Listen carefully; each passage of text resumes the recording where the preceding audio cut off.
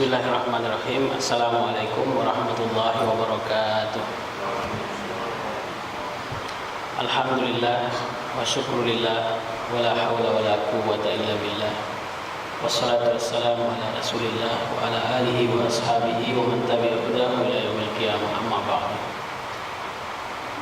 Para ibu dan akhwat yang dirahmati Allah Subhanahu wa taala. Alhamdulillah pada sore hari yang berbahagia ini kita dapat hadir di majelis Tazkiyah Kanan Hadisul Arbi'ah yang pada kesempatan yang lalu saya juga masih menggantikan Ustaz Nazir Shah dalam pemberian materi pada sore hari ini, juga menggantikan beliau.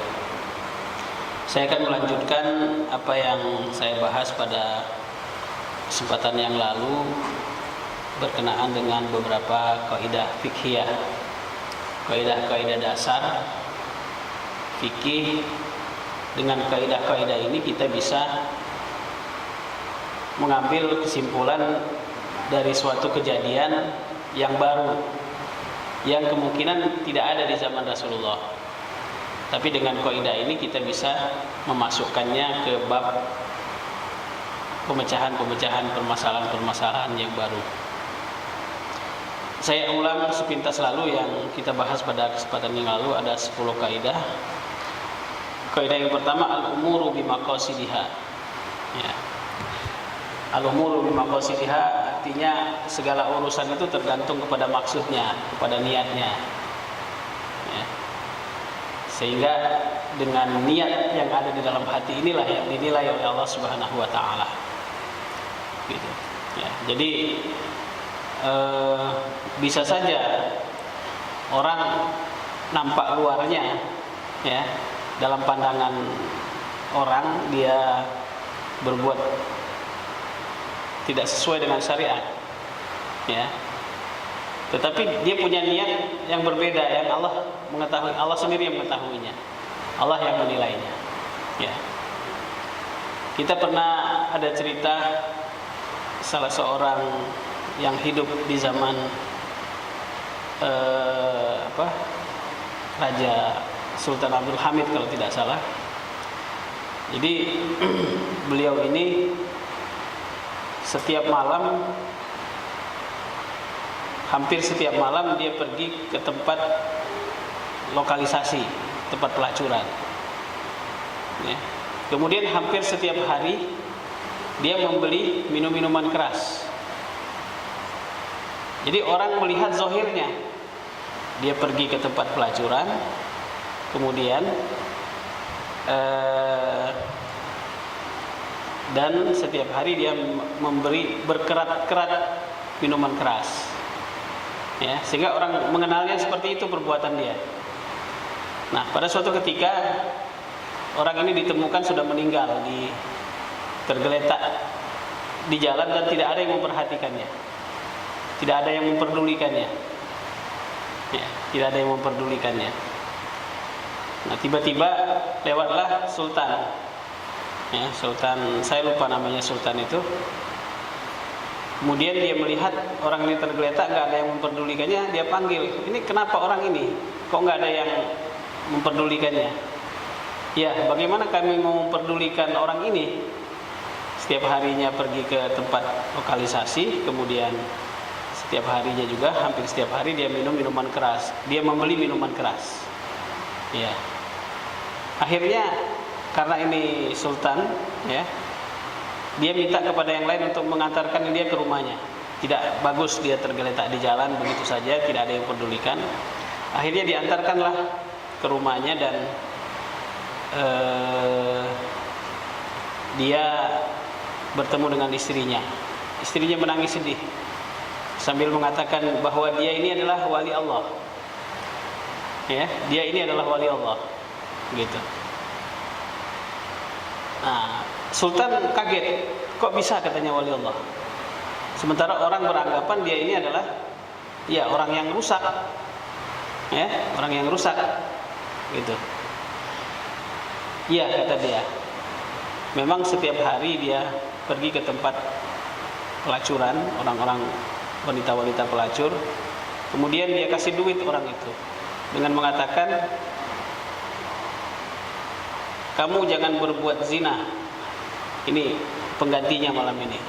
Keliling dia, gitu. Hampir setiap malam dia katakan begitu. Dia datangin. Jadi dia kasih duit, tapi syaratnya jangan berbuat zina. Kemudian betul katanya dia setiap hari membeli berkerat-kerat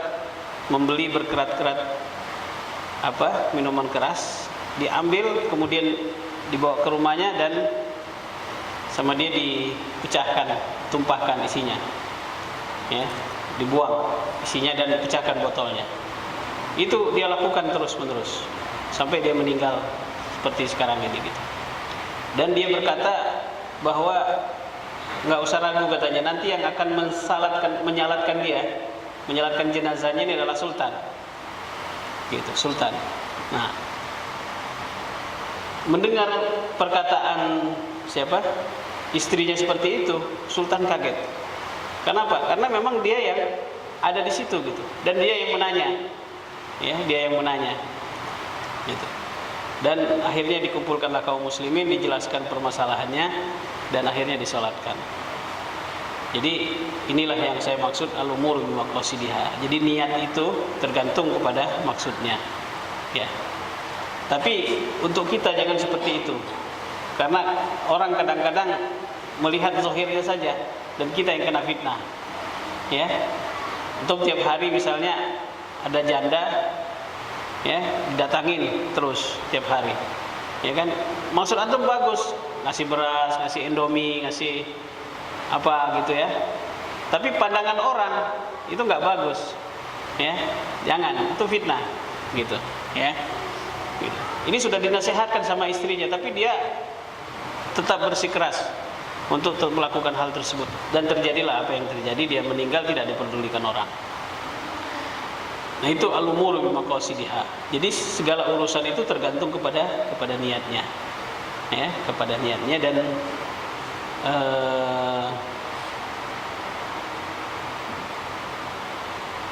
yang ada di dalam hati itu yang dinilai oleh Allah Subhanahu wa taala. Oleh sebab itu nanti di hari kiamat ada orang yang secara zahir dia dermawan, ya, secara zahir dia berperang di jalan Allah, secara zahir dia qari'ul Quran, ya, secara zahir gitu. Dan dihadapkan kepada Allah tiga orang ini, ya, dikatakan kepadanya, apa yang sudah kamu perbuat dengan hartamu? Dalam hadis yang sahih dikatakan seperti itu. Dia katakan, saya sudah berinfak siang dan malam. Itu karenamu ya Allah. Kata Allah, bohong, kata dia. Kamu berinfak itu supaya kamu dikatakan seorang yang dermawan, dan itu sudah kamu dapatkan, ya. Orang pada memuji dia dermawan, dan itu sudah kamu dapatkan. Akhirnya batal, ya. Akhirnya dilemparkan ke dalam neraka. Nauzubillah min dzalik. Ada orang yang berjihad. Apa yang kau lakukan dengan kekuatanmu? Saya berjihad di jalan Allah, berperang, keluar masuk peperangan. Ya, kata Allah, karenamu ya Allah. Kata Allah, bohong. Kazabta. Engkau berbuat demikian supaya dikatakan saja'ah, dikatakan orang yang gagah berani. Dan itu sudah kamu dapatkan, sudah engkau dapatkan di dunia. Kamu dikatakan gagah berani, akhirnya dilemparkan ke dalam neraka.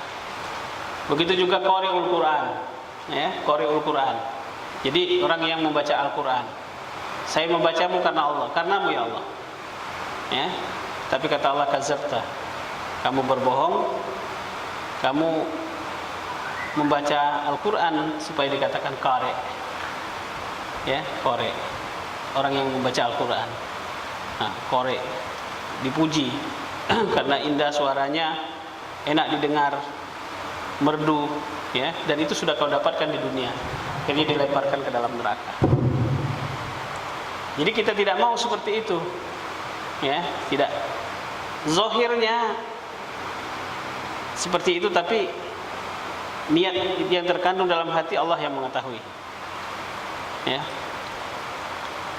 Allah yang mengetahui niat yang ada di dalam hati kita, dan kalau niat itu sudah kita dapatkan di dunia, kita khawatir di akhirat kita tidak mendapatkannya lagi. Klik like, share, dan jangan lupa subscribe.